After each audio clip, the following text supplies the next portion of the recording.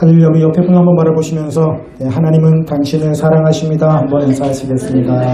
하나님은 당신을 사랑하십니다. 다시 한번 인사드리시는데 이번에는 참 아름다우십니다. 한번 인사하시겠습니다. 아름다우십니다. 참 아름다우십니다. 하나님께서 우리를 아름답게 보시는 줄로 믿습니다. 오늘 너무 감사하게 또 신림동에서 뵙다가 오늘 여기서 또 뵈니까 또 감회가 새로운 것 같습니다. 그리고 우리 지환이가 또 엄마 아빠도 없음에도 불구하고 이렇게 혼자 와줘서 너무 감사하고 좀 귀한 만남이 아닌가. 또 우리 주아 한번 보세요. 얼마나 아유 저렇게 똘망똘망하게 우리 주아가 하나님 앞에 함께 모여서 예배드리는 것이 참 귀한 일이라고 생각이 됩니다. 오늘 우리가 읽은 본문 말씀을 통해서 다듬은 돌로 제단을 쌓지 말라라는 제목을 가지고 은혜를 나누기를 원하는데 사실 우리가 읽으면 좀 언뜻 이해가 되지 않는 명령이죠. 갑자기 다듬은 돌로 제단을 쓰지 말라. 또 이렇다는 얘기는 자연석을 가지고 제단을 쌓으라는 얘기죠. 돌로 제단을 쌓을 때는. 근데 사실 다듬은 돌이 더 예쁩니까? 자연석이 더 예쁩니까? 네, 다듬은 돌이 사실 제단을 쌓기에는 좀 아무래도 낫지 않겠어요? 네, 이렇게 좀 뭔가 반듯하고 좀 뭐 대리석이라든지 이런 거 생각을 하면 다듬은 돌이 조금은 더 제단을 쌓기에는 나을 것 같은데 다듬은 돌을 쓰지 말고 자연석으로 쓰라고 이야기를 합니다. 뭐 하나님의 뭔 뜻이 있겠지. 여기까지는 또 이해가 될 수 있는데 뒤에 보니까 정으로 그것을 쪼으면 부정하게 된다 이렇게 얘기를 하고 있거든요. 그래서 우리가 레위기를 보면은 계속 뭐 정한 짐승, 부정한 짐승, 뭐 정하다, 부정하다 이런 얘기를 계속 하는데 도대체 부정하다는 게 뭐고 정하다는 게 뭔지 뭐 부정탄다 이런 말을 사실 우리나라에서는 좀 많이 쓰잖아요. 근데 이거는 사실 교회 안에서 쓰는 말은 잘 아니죠. 교회에서 쓰는 게 아니고 이제 뭐 우리가 샤머니즘이라든지 뭐 무당 이런 사람들한테 찾아가면은 부정탄다 뭐 이런 얘기 하잖아요. 근데 성경 말씀에 부정하게 된다, 부정탄다 이런 말 표현이 있으니까 약간 의아하죠.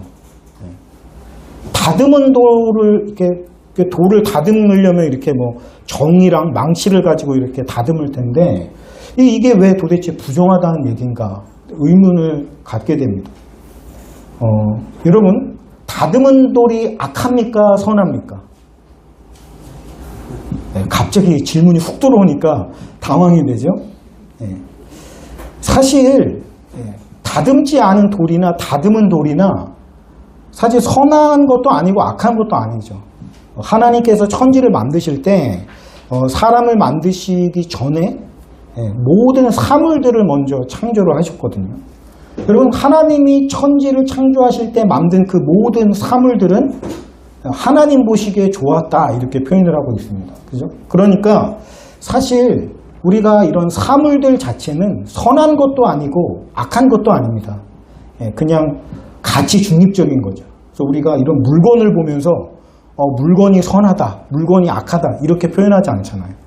그냥 그것은 그냥 그 자리에 있는 것 뿐입니다. 그런데 오늘 보니까 돌을 갖다가 다듬은 걸 가지고 하나님이 부정하다 이렇게 하시는 게 약간 좀 이해가 안 될 수 있는 게 아니라 이해가 안 돼야 됩니다.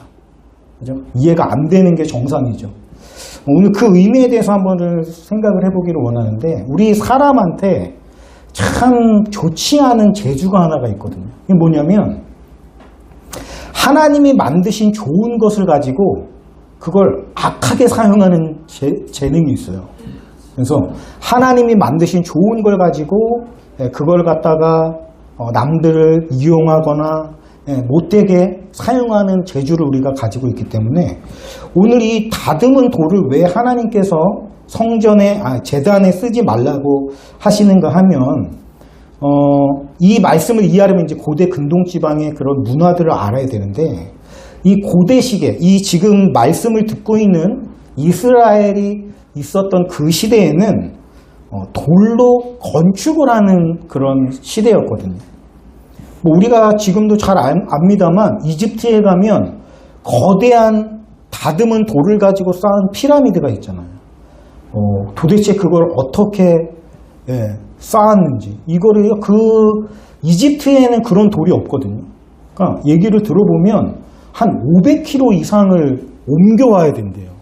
근데 그 돌 하나가 사실 엄청나게 크거든요. 뭐 사람보다 훨씬 더 큰 정도니까 그거를 도대체 500km씩이나 어떻게 옮겨가지고 돌을 거의 뭐 수백만 장을 쌓아서 만든 게 피라미드란 말이에요. 그러니까 사실 그래서 7대 불가사의죠. 도대체 이걸 어떻게 옮겨왔으며 어떻게 쌓았을까.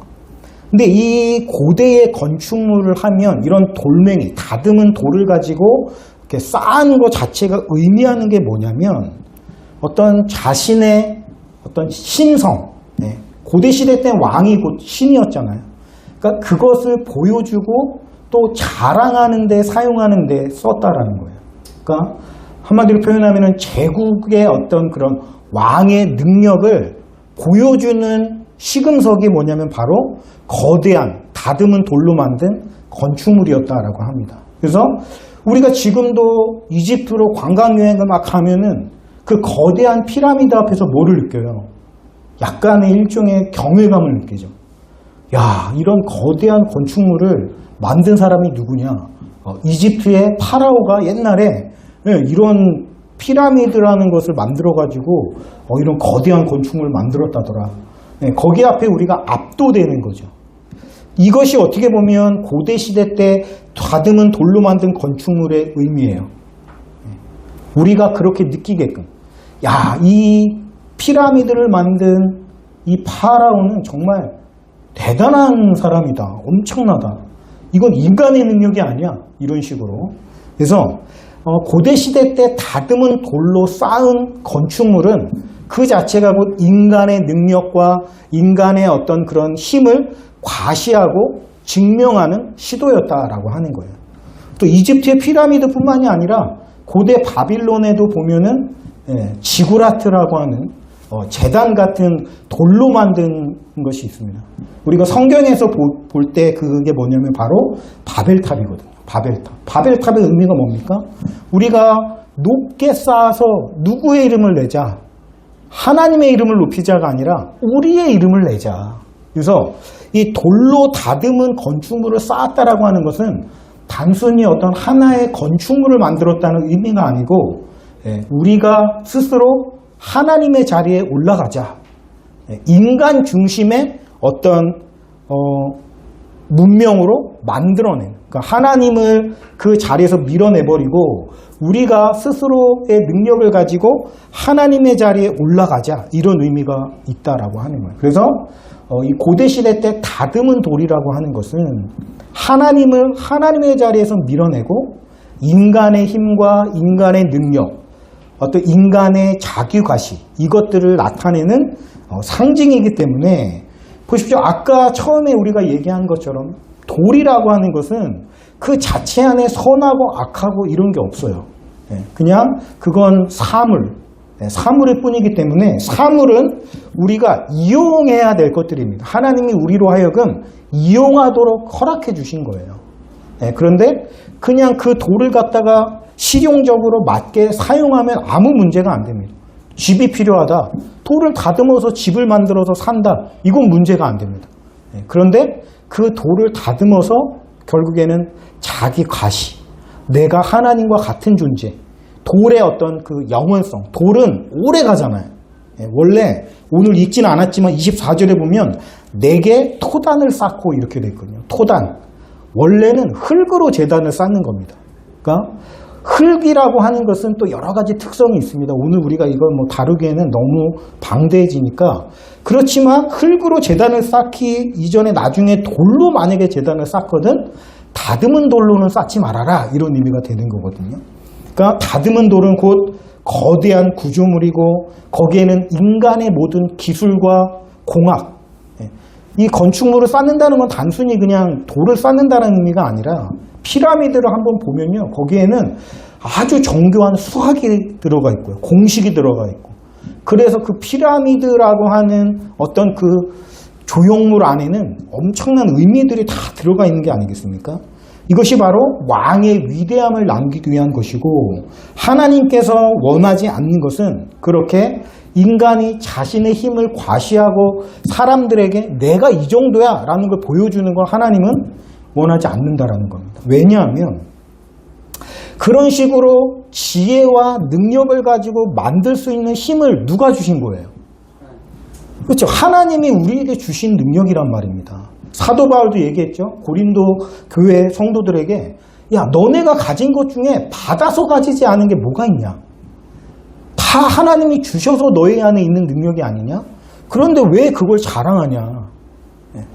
그걸 자랑한다고 하면 굳이 하나님을 자랑하는 거죠.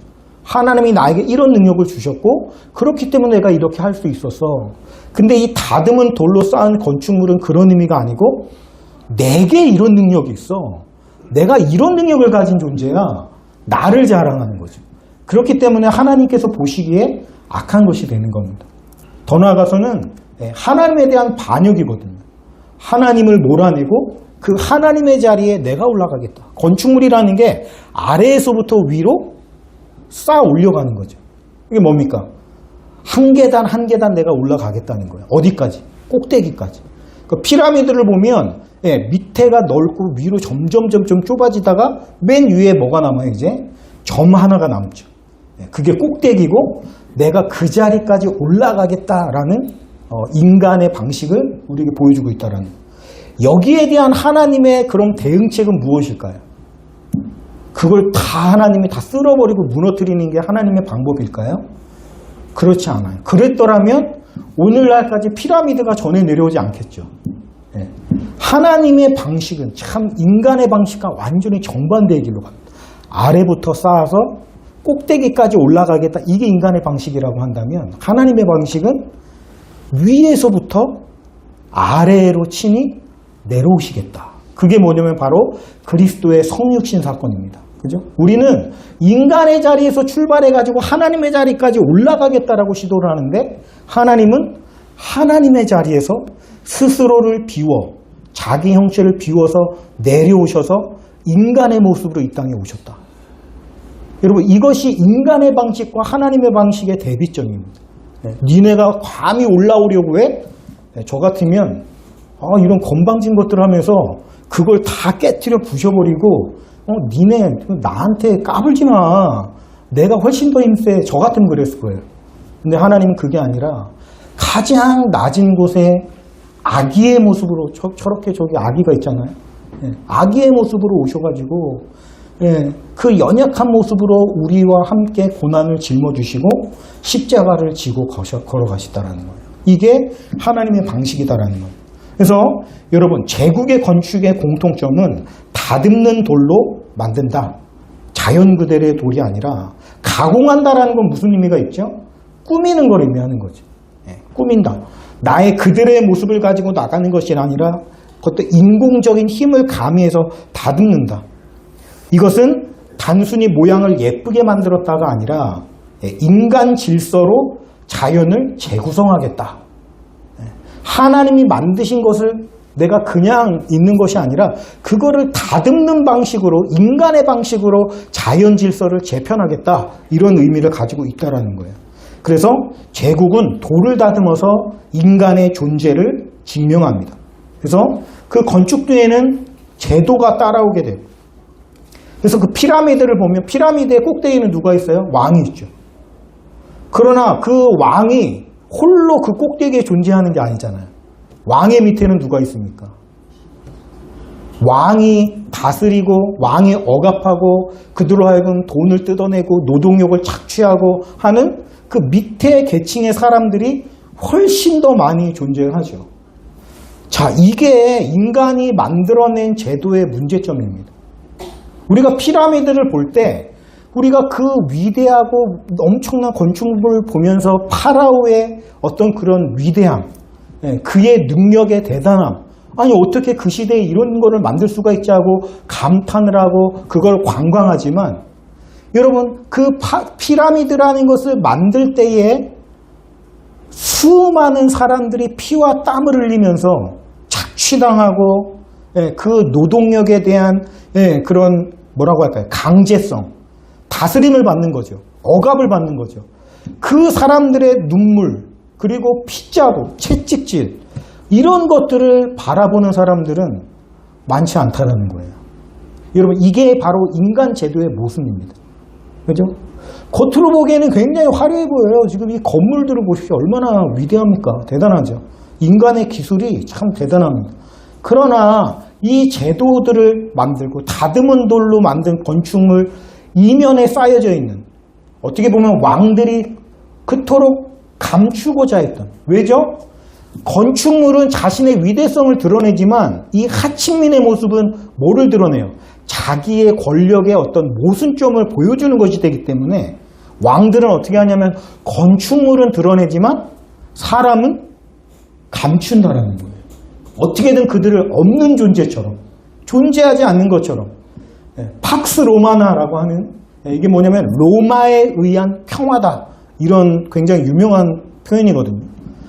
그 로마라는 인간 제국의 권력이 평화를 만들었다라고 하지만 그 이면에는 뭐가 있냐면 수많은 불황자들과 직업이 없이 빌어먹고 사는 이런 분들이 너무나도 많이 있었다라고 하는 것이 로마의 모순이거든요. 이게 인간이 만들어낸 제도의 모순이다라고 하는 겁니다.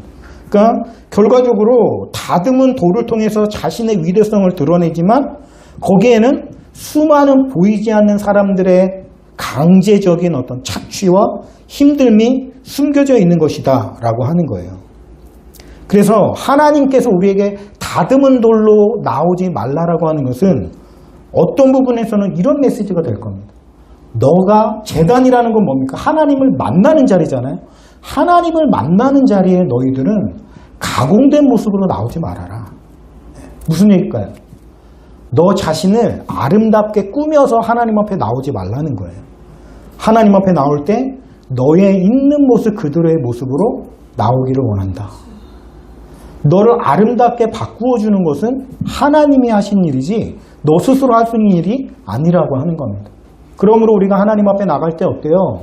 부족하고 연약한 모습, 나의 어떤 강한 모습이 아니라, 꾸민 모습이 아니라 있는 그대로의 다듬지 않은 돌의 모습으로 하나님 앞에 나아가야 된다라고 하는 겁니다. 거기에는 어때요?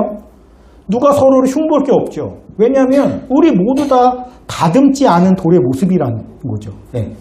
뭐 목사님이라고 해서 멋지게 아름답게 다듬어진 돌인가요? 그렇지 않다라는 겁니다. 여전히 부족하고 연약한 모습이라는 거예요. 그러니까 우리가 그런 모습으로 하나님 앞에 나갈 때 하나님은 그 모습 그대로를 받아주시고 그 자리에서 우리를 만나주신다라는 겁니다. 하나님이 우리를 만나러 오실 때 너 전교 몇 등이야? 이거 물으시나요? 나는 전교 10등까지만 만나준다. 이렇게 하시냐고요. 갑자기 탄식이 나오죠. 그렇게 하셨더라면 오늘 우리 중에서 하나님을 만날 수 있는 사람은 없겠죠, 많이. 그러나 하나님은 그렇지 않으시고 너의 모습 그대로. 제가 고등학교 1학년 때는 한 중상위층에 있었거든요, 성적이. 근데 약간 방황을 많이 했어요. 부모님끼리 맨날 싸우고 막 소리 지르고 이러니까 공부를 할 수 있겠습니까? 공부가 안 되죠. 그러니까 이게 점점 성적이 떨어지는 거예요. 제가 고등학교 3학년 때는 반에서 한 50 몇 명인데 한 47등인가? 내신이 그렇게 나왔더라고. 성적표를 한 번도 집에 안 갖다 주니까 나중에 이제 제가 재수할 때 이 생활기록부를 띄어야 되거든요. 그걸 이제 띄어서 남은 거 이제 서랍에다가 넣어놓은 적이 있는데 어머니가 어느 날 이제 청소를 하다가 그걸 봤나 봐. 생활기록부를. 저한테 그러시더라고. 네가 이렇게 공부를 못하는지 몰랐다. 너 공부를 이렇게 못했었니? 그러니까 그런 모습이 점점 성적이 내려가는 거예요. 그런 모습이 어떻게 보면 다듬어진 모습으로 하나님 앞에 나가려고 한다면 나갈 수 없겠죠. 그러나 하나님은 그냥 받으신다. 오늘 우리가 지금 돌로 뭐 성전을 건축하거나 돌을 다듬어 가지고 여러분이 건축물을 만드는 것은 아니니까 이건 뭐 옛날 얘기지 오늘의 나랑 이 얘기가 상관이 있겠나 라고 생각할 수 있지만 그렇지 않습니다. 제가 말씀드렸죠. 사람들이 나타내는 행위 자체는 사용하는 것 자체는 아무런 문제가 없어요.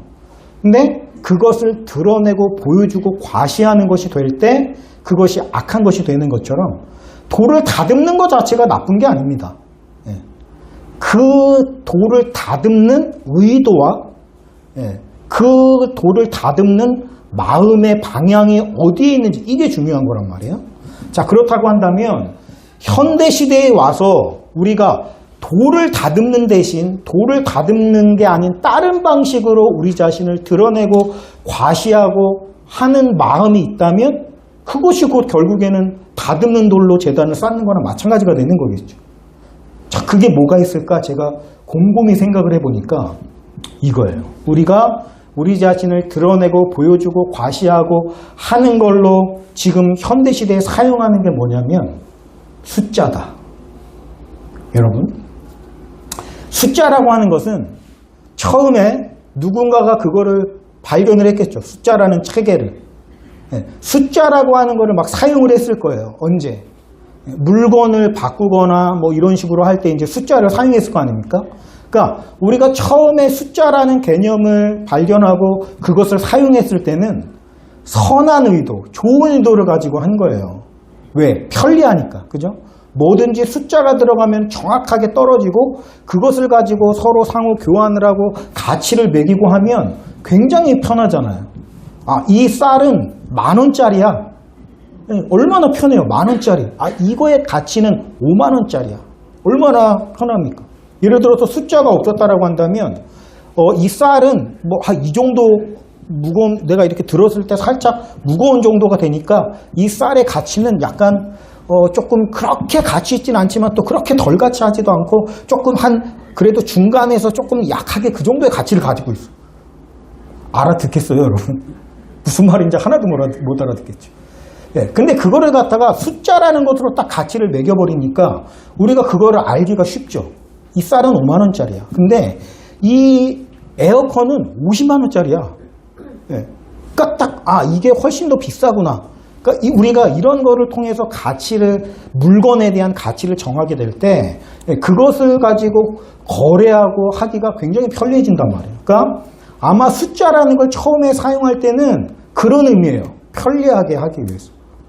그거는 아무 문제가 없습니다. 근데 문제는 처음에는 이런 식으로 숫자를 사용하다가 인간에게는 어떤 재능이 있다고요? 좋은 거를 갖다가 악하게 쓰는 나쁜 재능이 있다고 했죠. 이게 나중에는 어떻게 되냐면 숫자가 권력이 되는 거예요. 자, 지금 시대에서 이 숫자라고 하는 것이 어떻게 권력으로 사용되는지 한번 봅시다. 아까 다듬은 돌이 쌓여지는 어떤 보여지는 걸로 인해서 자기 권능과 능력을 과시하는 것으로 사용됐다고 한다면 오늘날의 시대의 숫자는 뭘로 권력을 표현하는 것이 되냐면 연봉. 그죠? 연봉이라고 하는 게 단순히 이 사람은 1년 동안 이 정도를 벌어요 해서 끝나나요? 그렇지 않아요.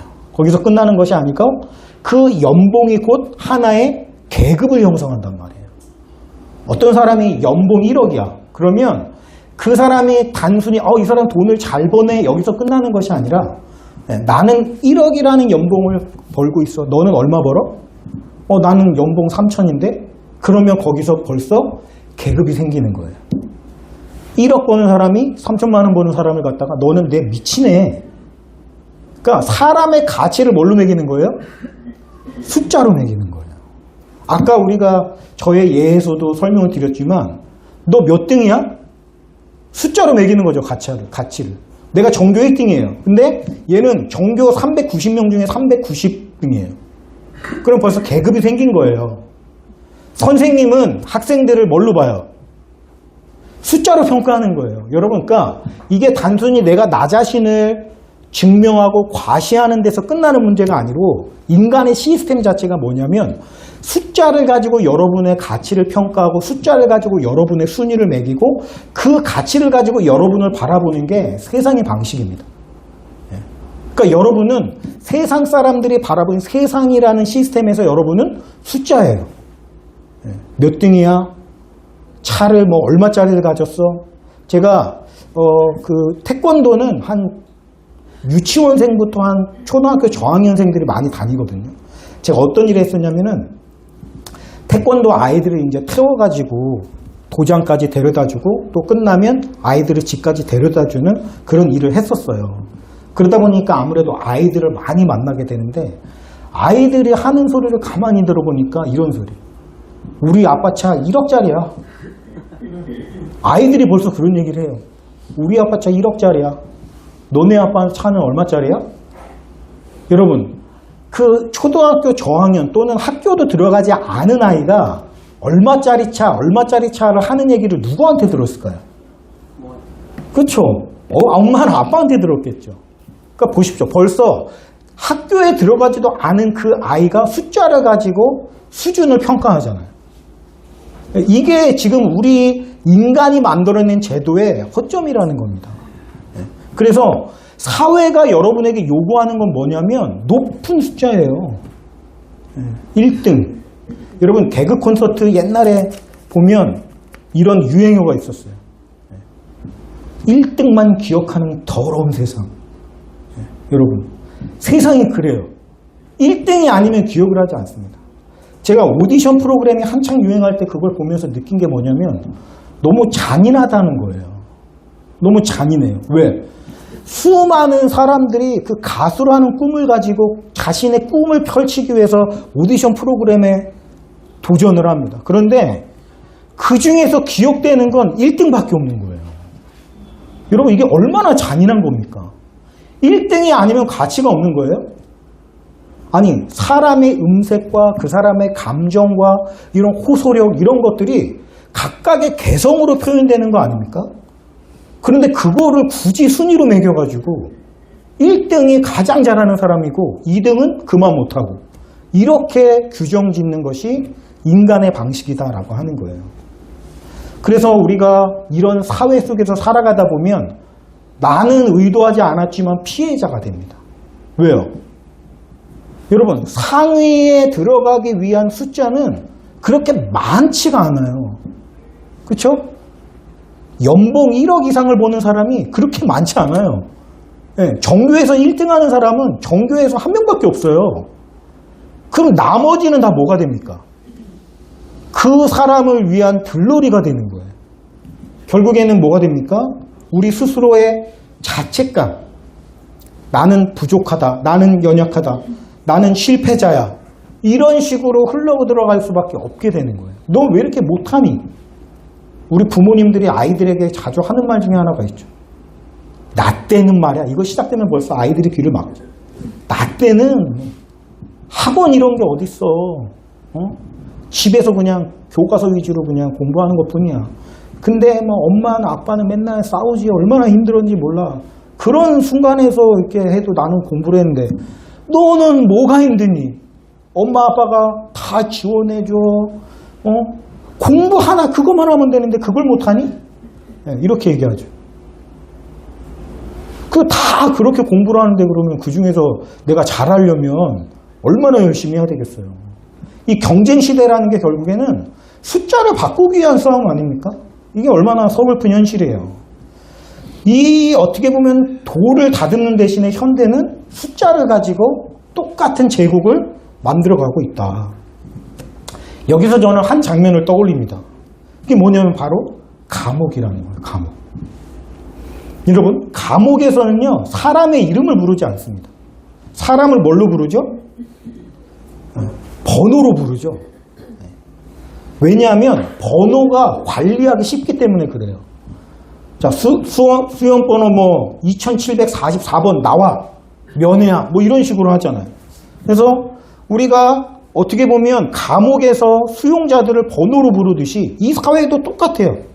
예, 우리가 물론 감옥에 갇힌 건 아니지만 뭐 다 우리를 숫자로 부르잖아요. 뭐 순위로 부르고 성과로 부르고 점수로 부르고 너 자신을 증명해 이럴 때 무조건 숫자를 요구하죠. 뭐 토익 점수 얼만데 뭐 내신 몇 등급이야 수능 점수 몇 점인데 이걸 가지고 우리를 규정 짓는 거 아니에요.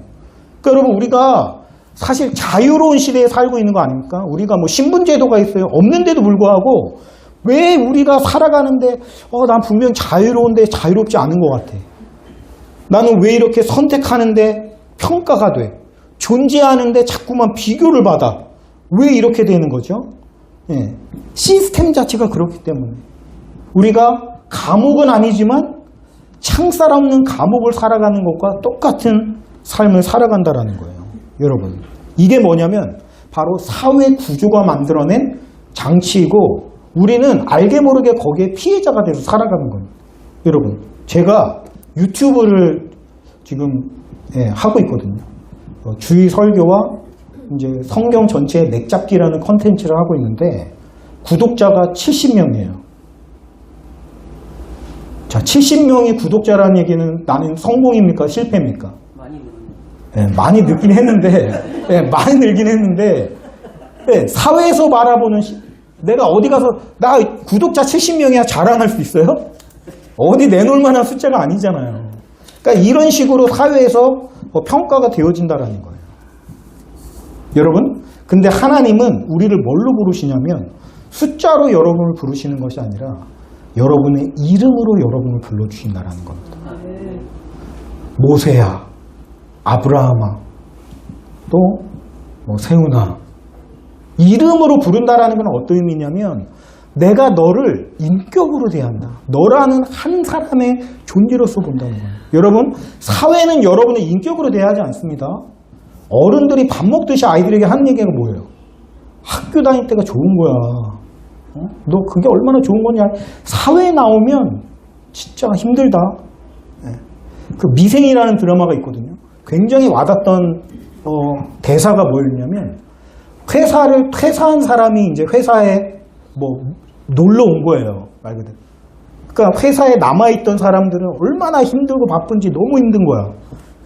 근데 밖에 나간 사람이 와서 이런저런 얘기를 하니까 회사에 남은 사람이 막 하소연을 하면 요새 회사가 얼마나 힘드니 막 위에서는 쪼져 밑에서는 막 치고 올라오지 죽겠어 너무 힘들어 막 하소연을 하는데 그 회사를 나간 사람이 이런 얘기를 해주는 거예요. 야, 회사가 너무 힘들지. 회사가 너를 너무 힘들게 하지. 근데 회사에서 나오면 지옥이야. 근데 그 대사가 너무 박히는 거예요. 여러분, 학교, 회사 밖으로 나가면 점점 더 힘들어진다는 거예요. 왜? 숫자로 평가하고 숫자로 하고 그 소수, 엘리트 계층만 인정받고 그 나머지는 다 그냥 평범한 사람 취급을 받는 게 아니라 모자란 사람 취급을 받는 게 이 세상의 제도적인 문제인데 하나님은 어때요? 너 나에게 올 때 너는 숫자, 번호 가지고 오는 게 아니고 너 자신의 인격을 가지고 나에게 오라는 거예요. 하나님이 너를 볼 때 숫자로 보지 않으신다는 거예요. 세상은 여러분을 숫자로 평가하는데 하나님 여러분을 숫자로 평가하지 않으신다는 거예요.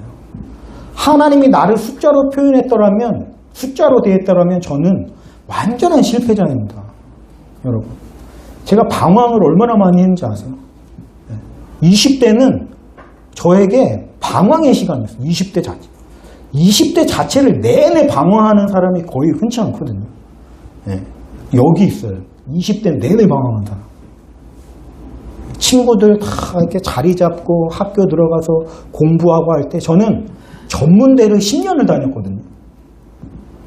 97년도에 입학을 했는데 2000 몇 년입니까? 졸업을 한 게 2006년인가? 2년이면 졸업하는 학교를 10년을 다닌 거예요. 말 가했죠. 그 시간 동안 저는 뭘 했을까요? 굉장히 놀았어요. 세상에서 보면은 완전 실패자예요, 실패자. 제가 교회를 되게 좋아했거든요. 근데 목사님들이 꼭 그런 설교를 하더라고요. 이 교회에 있는 거룩한 백수들이 문제라고. 교회를 좋아하고 맨날 교회 와서 살고 하는데 보면 그 사회에 나가서 제대로 자기 열심히 개발도 안 하고 열심히 노력도 안 하고 공부 같은 것도 안 하고 학교도 제대로 안 다니면서 교회만 와서 산다고. 목사님들이 그러더라고요. 이 거룩한 백수들 교회에서만 그러지 말고 사회에 나가가지고 열심히 하고 그래야 된다. 그럴 때마다 제가 마음이 얼마나 힘든지. 왜냐하면 그 목사님이 말하는 거룩한 백수가 저였거든요. 교회만 좋고 사회에 나가면 너무 힘든 거예요. 자, 그렇지만 하나님은 너 왜 거룩한 백성으로 하고 있어? 세상에 나가서 열심히 다해가지고 이기란 말이야. 이런 식으로 우리를 대하시는 것이 아니라 있는 그대로 나를 만나주신다는 거예요. 하나님이 저에게 마음으로 음성을 처음 주셨을 때 해주셨던 말씀이 뭐냐면, 제가 신학교를 다닐 때였는데 신학교를 다니는데 기도를 안 하는 거예요. 말씀을 안 봐요. 신학교를 다니는데. 왜 그런지 그게 그렇게 안 되는 거예요.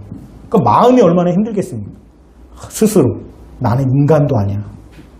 나는 신학생도 아니야. 예.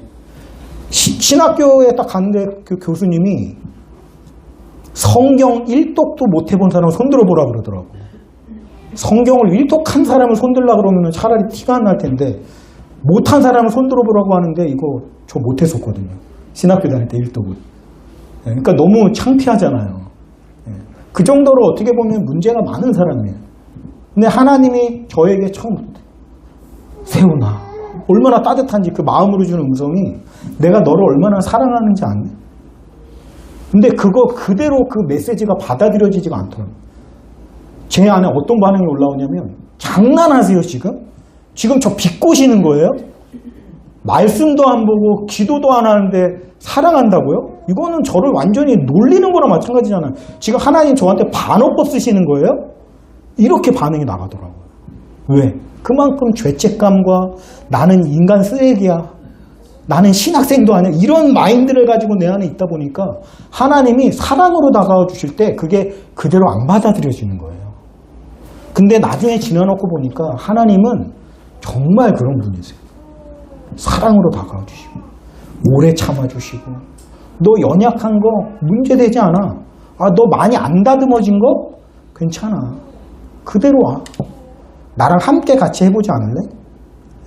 같이 하자는 거예요. 하나님이 동행하자는 거예요. 하나님 우리에게 원하는 거 하나, 너 자신을 내가 지금부터 깎아가지고 다듬은 돌로 아름답게 만들 거야, 이게 아니고 그냥 같이 나와 함께 하자. 여러분은 숫자로 평가하지 않으시고, 연봉으로 평가하지 않으시고, 성적으로 평가하지 않으시고, 너는 누구와도 바꾸지 않는, 여러분 이름은 나 자신의 인격을 나타내는 거잖아요. 물론 동명이인, 이름이 다른 사람이 있긴 합니다만 나의 이름이 표현된 나 자신의 인격은 나 한 명밖에 없는 거죠. 하나님은 그 한 명의 인격에게 다가와 주신다는 거예요. 여러분, 모세가 떨기나무 앞에 있습니다. 하나님의 산이 뭡니까? 신의 산이죠. 신의 산이 하나님의 산이에요. 이스라엘 백성이 하나님을 만난 거. 근데 그 신의 산에 다른 이름이 있거든요. 혹시 아시는지 모르겠지만 호렙산. 들어는 보셨죠? 호렙산의 뜻이 뭐냐면 굉장히 황폐한 산이다. 뜻이, 호렙이라는 뜻이 그래. 호렙, 약간 우리나라 어미로 듣기로도 약간 호렙이랑 비슷하죠. 호렙이. 네.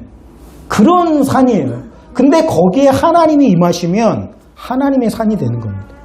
모세를 하나님이 어디서 만나주셨냐면 가시떨기나무 앞에서 만나주셨어요. 여러분, 이 사막에 자라는 가시떨기나무는요, 열매도 없고 잎도 없고 그냥 가시만 있어요. 근데 그 가시나무에 하나님의 임재의 상징인 불이 임했죠. 가시나무가 탔나요? 안 탔죠. 그대로 있었잖아요.